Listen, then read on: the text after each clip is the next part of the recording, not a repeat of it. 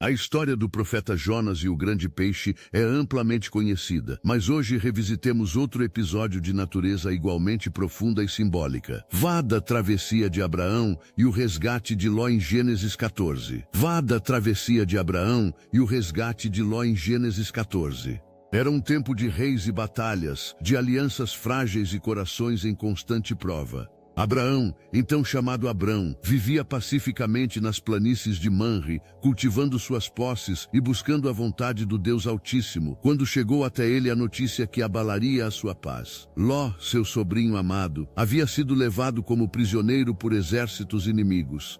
A poeira das rotas comerciais ainda se erguia no horizonte quando os mensageiros cansados se ajoelharam diante dele, rogando: Senhor, os reis do Oriente invadiram as terras e levaram cativos os moradores de Sodoma e Gomorra. Ló está entre eles. A voz do mensageiro tremia e o coração de Abraão ardeu em compaixão e determinação. O patriarca podia ter escolhido o silêncio confortável. Ló havia preferido, anos antes, as campinas férteis, deixando Abraão com as colinas áridas e pedregosas. Mas Abraão não guardava rancor. O sangue e a fé o impulsionavam. Naquela noite, diante das tendas iluminadas pelas lamparinas de óleo, Abraão caminhou sozinho, olhando o céu repleto de estrelas. O rugido distante dos ventos o fazia lembrar das promessas que ouvira do Eterno, promessas que transcenderiam gerações. Senhor, murmurou em seu íntimo, não posso deixar meu irmão nas mãos de tiranos. O vento pareceu responder, soprando sobre as folhas das árvores de carvalho. Confia e vai.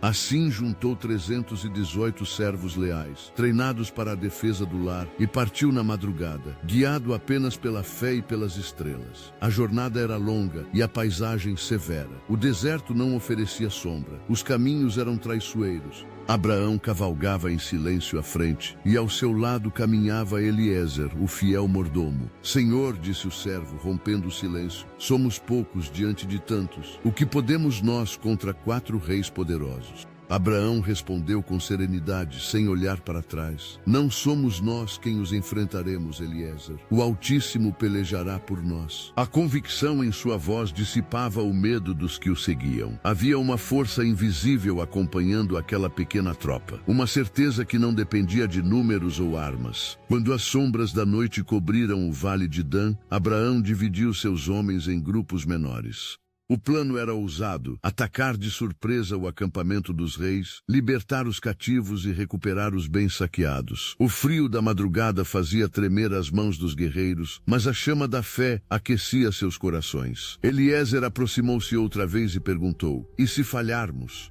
Abraão ergueu a cabeça e respondeu: se confiarmos apenas na força dos nossos braços, já estaremos vencidos. Mas se nos guiarmos pela luz de Deus, nada nos será impossível. Em silêncio, cada homem em volta apertou o cabo de sua lança e fez uma prece silenciosa. Era o tipo de oração que não precisava de palavras. Então o som dos cântaros caiu como trovão entre as tendas inimigas. O susto foi total. Abraão conduziu seus homens pelas laterais do vale, e a confusão entre os exércitos adversários foi tão grande que começaram a se atacar entre si, incapazes de compreender de onde vinha o golpe. Em poucas horas, o domínio do medo se converteu em vitória. Ló, que fora arrastado em correntes, mal acreditava nos olhos ao ver o tio se aproximar, com o manto coberto de poeira, mas com o olhar sereno e firme. Tio Abraão, gritou ele, tentando levantar-se. Abraão o abraçou com força e respondeu: o Altíssimo não esquece os seus. Levanta-te, estamos indo para casa. Havia lágrimas, mas também um tipo de alegria que apenas os corações libertos conhecem. Quando voltaram, trazendo o povo e os bens, Abraão foi saudado pelos reis da região. Um deles, Melquisedeque, sacerdote do Deus Altíssimo, saiu ao seu encontro trazendo pão e vinho, abençoando-o diante de todos. Bendito seja Abraão pelo Deus Altíssimo, Criador dos céus e da terra, e bendito seja o Altíssimo que entregou os inimigos em tuas mãos. Abraão, movido por reverência, entregou-lhe o dízimo de tudo o que possuía. O ar cheirava à vitória, mas era uma vitória diferente. Não de conquista política, mas de fidelidade espiritual. O rei de Sodoma também veio, e tentando cortejar Abraão, propôs: fica com os bens, meu senhor, apenas devolve-me o povo.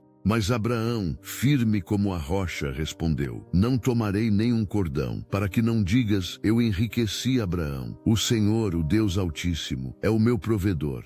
Aquelas palavras ecoaram pelo vale e marcaram a diferença entre um homem movido pela fé e os demais, movidos pela ambição. Abraão sabia que o mesmo Deus que lhe dera forças para lutar, lhe daria também descanso e sustento. Ele não negociava bênçãos nem buscava glória para si.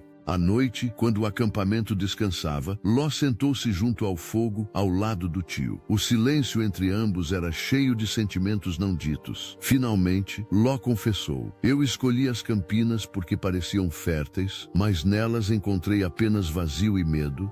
O Senhor escolheu as colinas secas e encontrou paz. Como é possível? Abraão sorriu, observando as chamas dançarem. Porque a terra não é o que a torna boa, Ló, e sim quem a abençoa. Quando caminhamos com Deus, até o deserto floresce. Quando esquecemos dele, até o jardim se torna árido. Ló baixou a cabeça e naquela noite, embora as cicatrizes da guerra ainda marcassem muitos corpos, uma semente de arrependimento começou a germinar em sua alma. Essa travessia de Abraão não foi apenas uma missão de resgate familiar. Foi um retrato da fé que age mesmo quando não há garantias, da coragem que se levanta para lutar pelas promessas de Deus e da humildade que devolve ao Senhor a glória por cada vitória alcançada.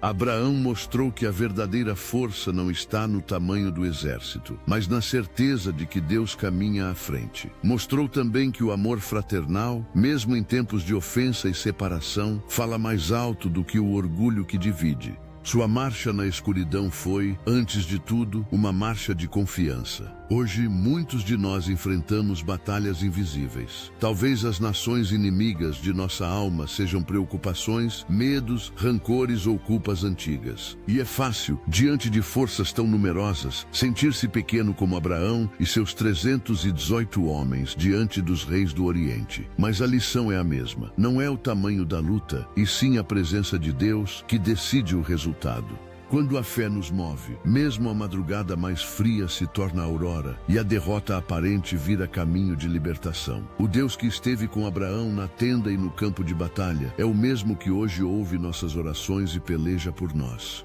Se há algo que esta história nos ensina é que cada passo em obediência é um convite para o milagre. A fé não elimina os perigos, apenas os coloca na proporção certa diante da imensidão do poder divino. E quando devolvemos a Deus a glória, como fez Abraão perante Melquisedeque, as bênçãos se multiplicam de formas que não cabem nas bolsas, nem nos números, nem nas explicações humanas. É assim que o Eterno trabalha, silenciosa e certamente, nas vidas dos que confiam em sua promessa.